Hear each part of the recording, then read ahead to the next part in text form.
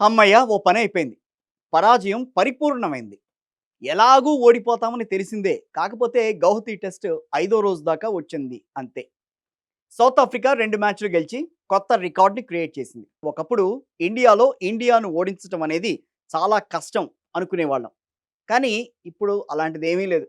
ఎవరైనా సరే మమ్మల్ని ఓడించొచ్చు. మొన్న న్యూజిలాండ్ క్లీన్ స్వీప్ చేసింది.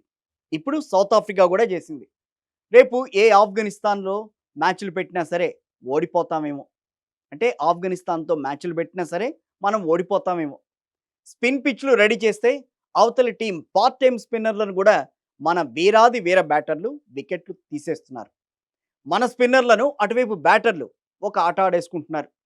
రోజు రోజుకు అంతగా మనం దిగజారిపోతున్నాం. సరే ఎక్కడ లోపం ఉంది? ఎందుకు ఓడాం? ఎవరి వల్ల ఓడాం? అని చర్చించుకుంటే ఇక్కడ మన బొక్కలన్నీ బయటపడతాయి. అందుకే బీసీసీఐ కూడా సాధ్యమైనంత వరకు వాటి జోలికి ఏమాత్రం వెళ్లకుండా పై పూతలతో ఇంకో సిరీస్‌కు టీమిండియాను రెడీ చేసేస్తోంది. కావాలంటే చూడండి, ఏం పర్లేదు.